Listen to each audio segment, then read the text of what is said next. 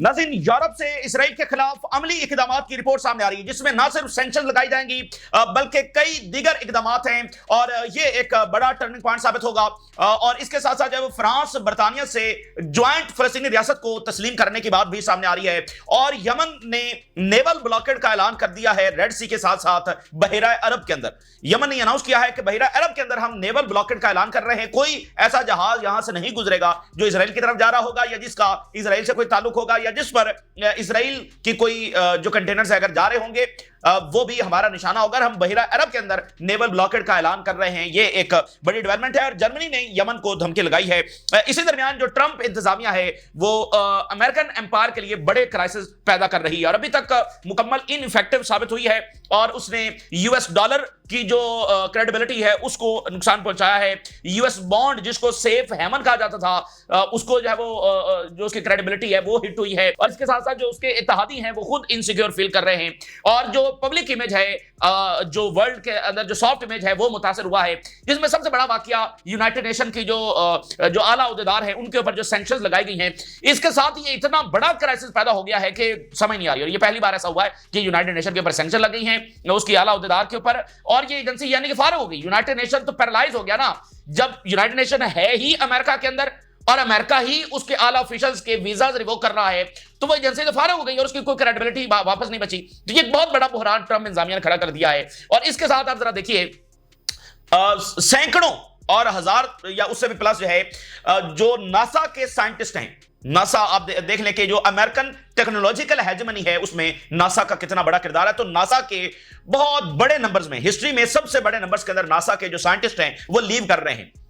NASA के scientist जो है वो ट्रंप इंतजामिया की पॉलिसीज की वजह से लीव करने जा रहे हैं, क्विट करने जा रहे हैं और उनको भी यूरोप जो है वो और बाकी कंट्रीज इनवाइट कर रहे हैं। जिस तरह से बाकी रिसर्चर्स और साइंटिस्ट और यूनिवर्सिटी से प्रोफेसर जो है वो यूरोप पहुंच रहे हैं तो अब नासा के सीनियर तरीन साइंसदान जो है वो भी नासा को क्विट कर रहे हैं। तो ये अमेरिकन एम्पायर ट्रंप इंतजामिया की पॉलिसीज की वजह से बहुत ज्यादा डैमेज हो रहा है और अमेरिका के अंदर इस बात के ऊपर शदीद तरीन कंसर्न पाया जा रहा है और एक भरपूर कैंपेन भी जारी है और मागा वाले जो हैं वो इस वक्त देख रहे हैं कि नेतन्याहू यहां पर उसको डिनर दिया जा रहा है और यहां पर क्या प्लानिंग हो रही है और यूनाइटेड नेशन पर सैंक्शंस है, नेतन्याहू को जो है वो यहां पर घुमाया फिराया जा रहा है और अमेरिकन इकोनॉमी और अमेरिकन इमेज वो किस तरह से मुतासर हो रहा है और ट्रंप बाकी जगहों से पैसा निकाल के जो है वो डिफेंस बजट में लेकर आ रहा है। तो डिफेंस बजट का करना क्या है इस टाइम? तो जो भी डिफेंस बजट है वो असल में आपका वॉर बजट है। तो ट्रंप कौन सी नई जंगों की तैयारी कर रहा है ये खुद अमेरिका के अंदर बड़ी डिबेट है। और ग्रोक जो है उसने जनाब अली जो ट्विटर का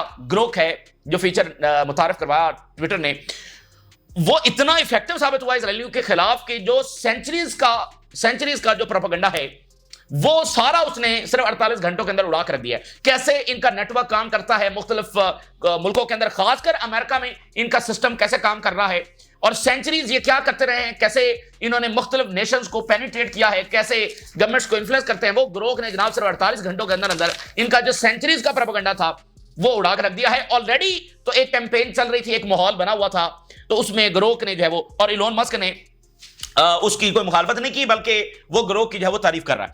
तो ये सूरत हाल वहां पर है। जो इजरायली डिफेंस मिनिस्टर है उसने धमकी लगाई है दोबारा कि वो ईरान पर जो है वो हमला कर सकता है और ईरान जाहिर है कि इस पर मुसलसल तैयार है। और ईरान के जो फॉरेन मिनिस्टर हैं उनकी सऊदी अरेबिया में बड़ी अहम तरीन मुलाकातें हुई हैं। डिफेंस मिनिस्टर के साथ मुलाकात हुई है, फॉरेन मिनिस्टर के साथ, फिर एमबीएस के साथ, फिर जो है वो कल ही उनकी डिफेंस मिनिस्टर के साथ भी मुलाकात हुई है। तो आप जरा नोट करें, सऊदी अरेबिया ने कंडेम किया ईरान ने जो हमला किया अमेरिकन बेसिस पर और आज सऊदी अरेबिया इनवाइट कर रहा है। तो देखिए ये ममालिक बहरहाल इस बात को अंडरस्टैंड कर रहे हैं और ये जो नेतन्याहू और ट्रंप बार बार विक्ट्री का नारा लगा रहे हैं कि हमने ईरान के ऊपर विक्ट्री हासिल की है, उसकी एक और बड़ी डायमेंशन समझे। अमेरिका तो यहां पर इसलिए बैठा हुआ है कि ईरान से तुमको खतरा है और मैं ईरान से तुम्हें बचाऊंगा।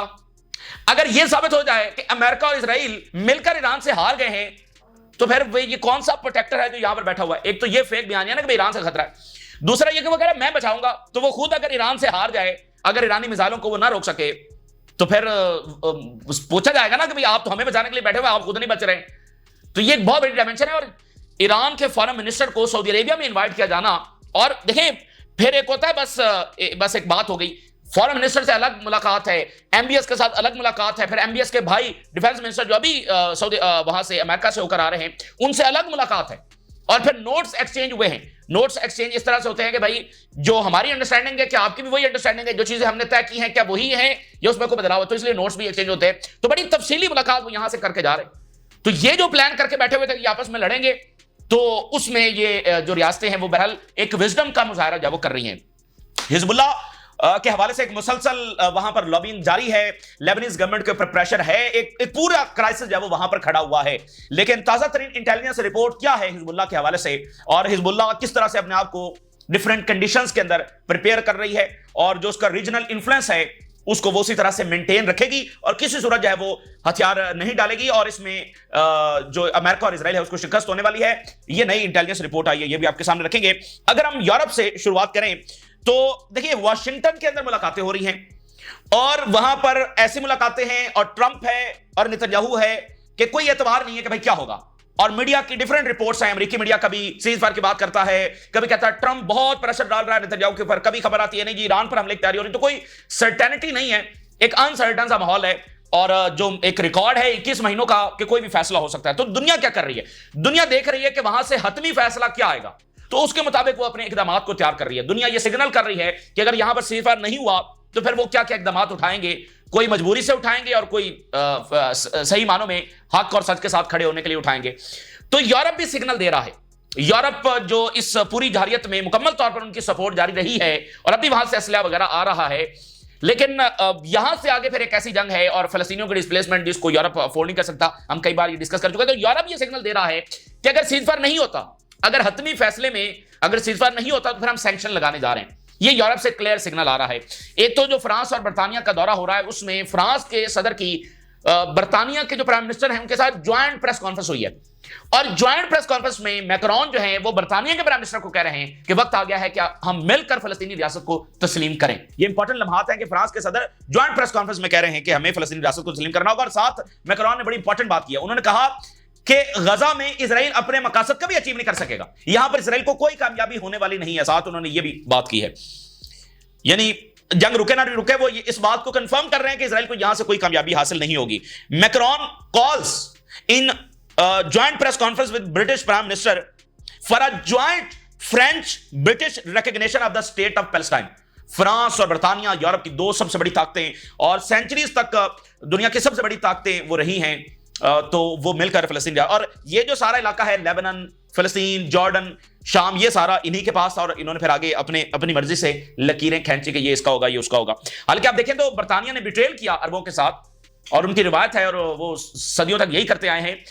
अरबों से इनकी कमिटमेंट क्या थी कि अगर आप हमारे साथ मिलकर तुर्कों के खिलाफ लड़ेंगे तो फिर आपको ये इलाके दिए जाएंगे, आपकी अपनी जो सल्तनतें हैं, अपनी रियासतें हैं, वो कबूल कर ली जाएंगी। लेकिन इन्होंने उधर अलग मुआहदा बल्फोर डिक्लेरेशन वो किया, ठीक है ना, वो खुफिया मुआहदा उधर भी किया हुआ था कि नहीं फलस्तीनियों में इनको लाकर बसाना था, लेकिन इधर जो है वो अरबों को ये कहा हुआ था कि ये सारे इलाके आपके होंगे। तो इन मुल्कों का फलस्तीनी रियासत को रिकॉग्नाइज करना उसकी ज्यादा अहमियत है, क्योंकि ये इशू पिछली सेंचुरी ही का है और इन्हीं मुल्कों का है, फ्रांस और बर्तानिया का, खासकर बर्तानिया का। Starmer announce that United kingdom and France will consider increase the size of their joint special military task force by 5-fold। अब आप देखें, इस दौरे का बुनियादी मकसद एक ये है कि अमेरिका के ऊपर डिपेंडेंस खत्म की जाए। तो साथ वो ये अनाउंस कर रहे हैं कि 5 गुना ज्वाइंट जो मिलिट्री प्रोजेक्ट्स हैं उसमें 5 गुना इजाफा किया जाएगा, ठीक है। तो ये एक बड़ी तब्दीली। तो देखिए यूरोप को जब अपनी पॉलिसी बनानी है तो फिर हर रीजन से अलग जाकर बात करनी है। जो पिछली पॉलिसी थी वो नहीं, अब नई बात करनी है, इन्वेस्टमेंट से लेनी है, बहुत कुछ करना है। तो इसलिए वो एक यूरोप का अमेरिका से अलग होना, ये एक बड़ी तब्दीली है। Macron, the Gaza war is endless with no strategic goals and we need a political path toward a Palestinian state solution. Macron ने जब ये जारिया शुरू हुई थी तो पहले ही महीने में सीज फायर का मुतालबा कर दिया था, और मैक्रोन ये कहा था कि अगर इजराइल ये कहता है कि वो हमास को हराएगा तो वो ये जान ले कि कम से कम इसको 10 साल चाहिए हमास को हराने के लिए। यानी वो भी 10 साल से मुराद ये थी कि ये हमास को शिकस्त नहीं दे सकते। तो आज उन्होंने एक और इंपॉर्टेंट बात की है कि ये एंडलेस वॉर है, यानी यहां पर हमास है वो लड़ती रहेगी और इसमें कोई स्ट्रेटेजिक विक्ट्री, कोई सिक्योरिटी इजराइल को हासिल होने वाली नहीं है, ठीक है। तो यानी इसको आप एज एन एनालिसिस भी ले सकते हैं कि अगर सीजफायर नहीं भी होता तो फिर गजा का क्या मतलब, इजराइल को यहां पर कोई बड़ी विक्ट्री हासिल कर लेगा। तो मैक्रोन के मुताबिक नहीं करेगा। अच्छा, यूरोप जो है वो क्लियर अपना स्टांस बता रहा है, सिग्नल दे रहा है क्लैरिटी के साथ अमेरिका को कि अगर सीजफायर नहीं हुआ तो फिर वो क्या करेंगे। जनाब अली, खबर यह है कि 10 ऑप्शंस के ऊपर कम से कम काम हो रहा है, जिसमें सैंक्शंस हैं, असले की बंदिश है, वीजा रिस्ट्रिक्शंस हैं, यानी 10 ऑप्शंस है। साइंटिफिक कॉपरेशन, फंडिंग और जो है वो जो स्कॉलरशिप्स मिलती हैं, दीगर मराहत मिलती हैं, 10 ऑप्शंस के ऊपर इस वक्त काम हो रहा है और अगले वीक में उसके ऊपर हतमी फैसला कर लिया जाएगा। 10 options for diplomatic action against Israel. Reuters. The European External Action Service discussing impactful steps. खाली बातें नहीं, impactful steps such as suspending the partnership agreement between European Union and Israel or suspending technical projects. Partnership जो agreement है उसमें सारी चीजें आ जाती हैं, ट्रेड, आर्म्स ट्रांसफर, आगे पीछे सारा कुछ, और बिलियंस ऑफ डॉलर्स की फंडिंग इनको आती है। जो ये इनकी यूनिवर्सिटीज को और साइंटिफिक जो कॉपरेशन है वो भी सारा रुक जाएगा। तो 10 ऑप्शंस इस वक्त डिस्कस हो रहे हैं। तो कम से कम अगर हम देखें तो अमेरिका की पोजीशन तो कुछ और है और यूरोप की पोजीशन कुछ, तो कम से कम इजराइल के मामले में यूरोप और अमेरिका बयानात की हद तक तो बिल्कुल डिफरेंट साइड्स के ऊपर जाकर खड़े हो गए। वो कह रहे हैं हम गजा में ये बनाएंगे और गजा पे कब्जा होगा, फलस्तीनियों को डिस्प्लेस किया जाएगा। यूरोप ने अभी तक नहीं कहा, उन्होंने बिल्कुल इसको रिजेक्ट किया है। ठीक है, फलस्तीनी रियासत की अमेरिका ने कहा कोई यहां पर फलस्तीनी रियासत नहीं होगी, यूरोप ने कहा फलस्तीनी रियासत होगी और this is the only path. तो कम से कम बयानात की हद तक या बयानिए की हद तक तो एक तब्दीली आ गई। और मैं आपको बताऊं ये मामूली चीज नहीं है। देखिए, जब ऊपर से ये बात हो रही है कि गजा में जुल्म हो रहा है या हमने ये वाला रास्ता लेना है या फलस्तीनी रियासत को वो बार बार दोहरा रहे हैं, तो ये बात पब्लिक तक जा रही है ना। यूरोप के अंदर ऑलरेडी पब्लिक ही ने तो गवर्नमेंट्स को प्रेशराइज किया है। अब जब ऊपर वाली सतह के ऊपर इस बात को मान लिया गया है कि फलस्तीनी रियासत को माइनस नहीं किया जा सकता, तो फिर ये और बड़ा इंपैक्ट क्रिएट करेगा ना।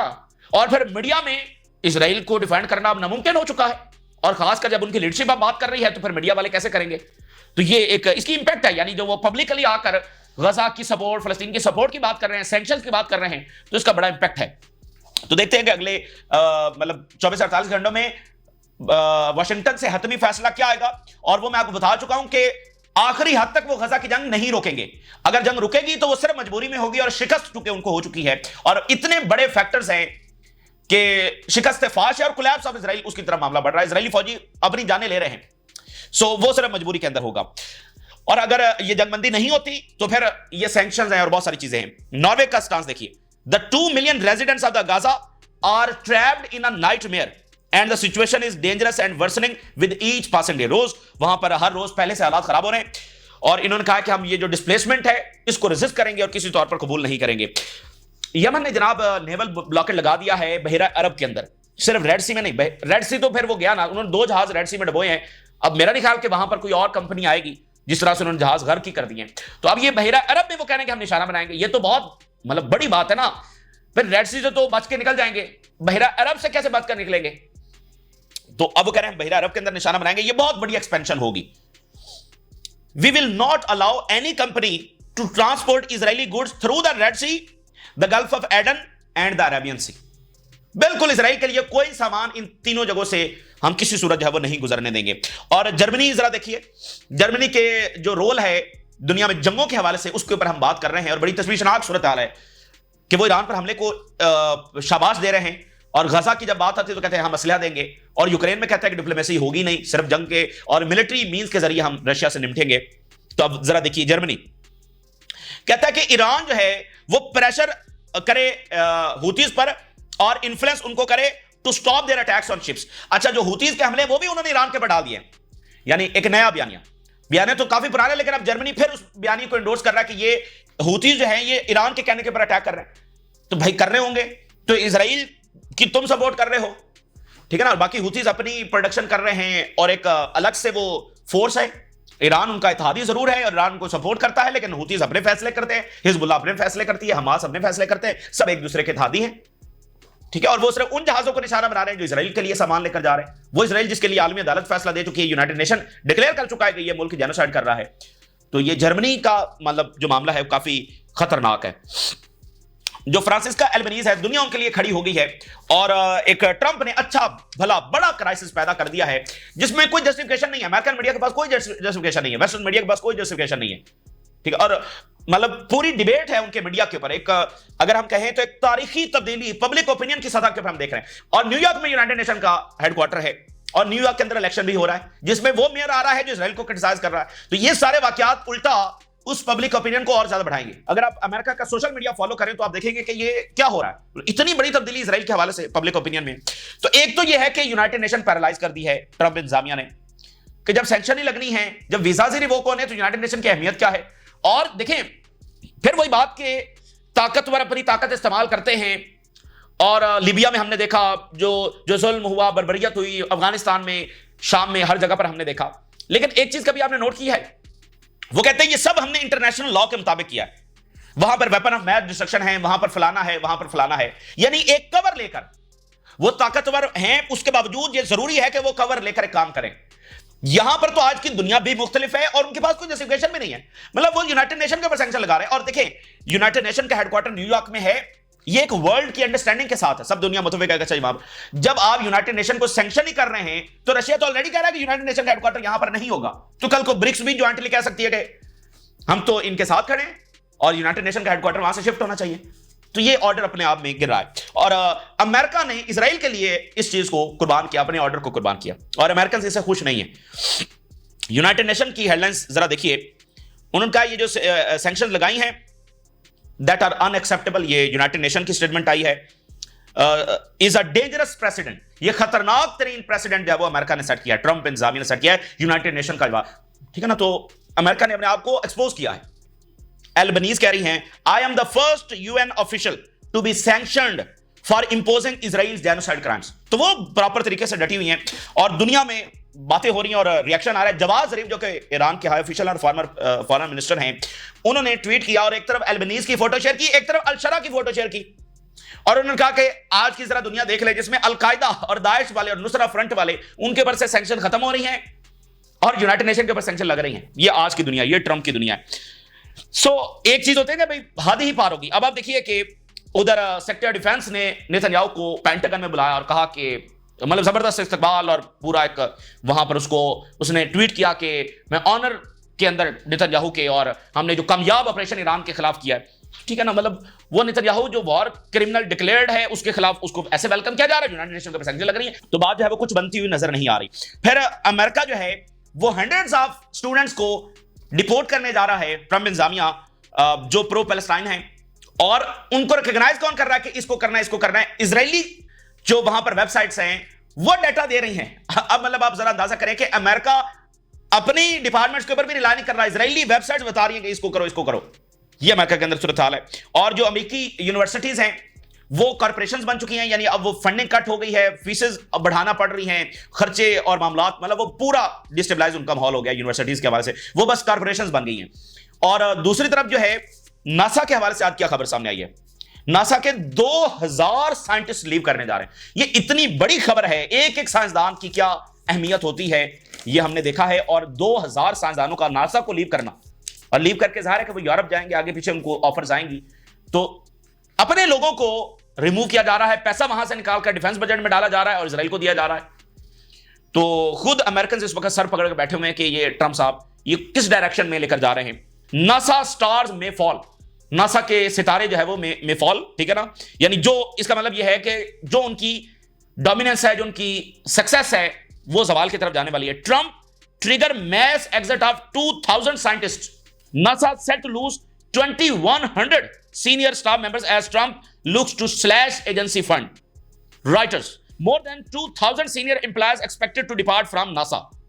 Over 2000 senior staff set to leave NASA under agency push. NASA faces major talent drain हो रहा है।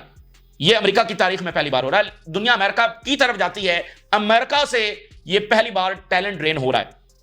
As over 2000 senior staff depart. तो ये है अमेरिका की सूरत हाल। और चीन की सूरत हाल क्या है, जो कंपटीटर है अमेरिका का। चीन ने कामयाब तरीन तजुर्बा आज किया है और उन्होंने वो ट्रेन, यानी दुनिया की तेज तरीन ट्रेन, इससे पहले भी उनके पास जो ट्रेन है वो दुनिया की तेज तरीन ट्रेन है, लेकिन अब उसमें भी इजाफा हुआ है। उन्होंने जनाब कामयाब तजुर्बा किया है। जो प्रोटोटाइप उनकी ट्रेन है, स्पीड ट्रेन, वो 1000 किलोमीटर पर आवर के हिसाब से जो है ना ट्रैवल कर सकती है, यानी कि जो पैसेंजर त्यारे हैं वो भी इसी स्पीड के साथ फ्लाई करते हैं। तो उन्होंने अपनी ट्रेन्स को पैसेंजर त्यारों के बराबर स्पीड ले गए हैं। ये है चाइना, और उधर क्या है कि नासा के लोग छोड़ रहे हैं और यूनिवर्सिटीज की सूरत हाल, जिसकी वजह से अमेरिकन एम्पायर खड़ा है। और जो साथ अमेरिकन एलाइज हैं वो आपके सामने, तो बहरहाल ये हर एक एम्पायर में कोई ना कोई बादशाह आता है जो खुद ही एम्पायर को डिक्लाइन की तरफ लेकर जाता है। अब ये जरा खबर देखिए, Xi Jinping declares no one can stop Taiwan unification. दुनिया में कोई ऐसी ताकत नहीं है जो हमें ताइवान लेने से रोक सके। चाइना के president, China daily, Beijing urge European Union to pursue a more positive policy toward China. Beijing ने चाइना को कहा है कि हमारे हवाले से, चाइना के हवाले से जो पॉलिसी है उसको जरा बदले। यानी चाइना ने यूरोपीय यूनियन को कहा कि पॉजिटिव पॉलिसी हमारे हवाले से रखें, हम आपके साथ चलना चाहते हैं, ट्रस्ट बिल्ड। तो ये यानी चाइना फोकस कर रहा है यूरोपीय यूनियन के ऊपर, जो कि अमेरिका के हाथ है, और उनको कह रहा है कि हमारे हवाले से पॉजिटिव पॉलिसी जो है वो बनाएं। और यूक्रेन की जंग इस तरह से खराब हो गई है कि जो ड्रोन्स हैं वो पोलैंड बॉर्डर तक अब गिरना शुरू हो गए। ये पहली बार हो रहा है इस पूरी जंग के दरमियान, ड्रोन्स पोलैंड बॉर्डर के ऊपर, जो कि नेटो का मेंबर है, वहां पर गिरना शुरू हो गए। पोलैंड ने यह भी कहा था कि हम न्यूक्लियर बनाएंगे, ठीक है, तो मामला वहां पर खराब है। इजराइल डिफेंस मिनिस्टर ने धमकी लगाई है, Israel will strike Iran again if threatened bye Tehran. अगर तेहरान से हमें दोबारा खतरा हुआ तो दोबारा ईरान पर हमला करेंगे।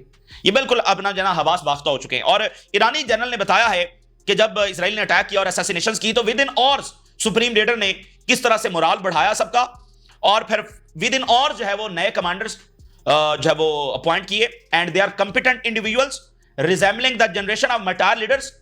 वो भी उतने ही तगड़े हैं, उतने ही बहादुर हैं, उतने ही समझदार हैं जैसे मर्टायर लीडर से, and they immediately entered the field. ये आज उन्होंने डिटेल बताई है। और ईरान के सदर ने आगे से बताया है कि any repeated aggression against Iran will face a more powerful and painful response. ये ईरान के सदर ने बताया है। और हिजबुल्लाह के हवाले से इंटेलिजेंस रिपोर्ट में ये बताया गया है कि हिजबुल्लाह अपना जो रीजनल इन्फ्लुएंस है उसको बरकरार रखेगी हर सूरत। उसने बिल्कुल ये फैसला किया है क्योंकि सूरत जब वो हथियार नहीं डालेगी, और ये जो अमेरिका और इजराइल जो मकासद अचीव करना चाहते हैं वो किसी सूरत नहीं होगी। अब आप देखें ना कि इजराइल को हिजबुल्लाह के खिलाफ क्या अस्करी कामयाबी मिली है। अब इस नाकामी को वो कैसे हल कर रहे हैं, कैसे इसको बदल रहे हैं, लेबनीज गवर्नमेंट को इन्वॉल्व करके, उसको प्रेशराइज करके, रोजाना बमबारी करके, और लेबनीज गवर्नमेंट हिजबुल्लाह को कह रही है तुम रिस्पॉन्ड ना करो, और वो जनाब वहां पर बने हुए हैं कि देखिए हमने हिजबुल्लाह से ये हारे हैं, हिजबुल्लाह अपनी जगह पर मौजूद है, लेकिन चूंकि लेबनीज गवर्नमेंट दरमियान में आ गई तो ये एक इशू है कि अगर हिजबुल्लाह फिर भी अटैक करती है तो आपस में एक अंदरूनी लड़ाई छिड़ जाएगी जो हिजबुल्लाह नहीं चाहती, क्योंकि उसमें भी दुश्मन ही का फायदा होगा। तो लेबनीज गवर्नमेंट को सोचना चाहिए। ये इस वक्त की ताजा तरीन सूरत हाल है जो आपके साथ शेयर किया। हम राज रोगा करें, इजाजत दीजिए। अल्लाह।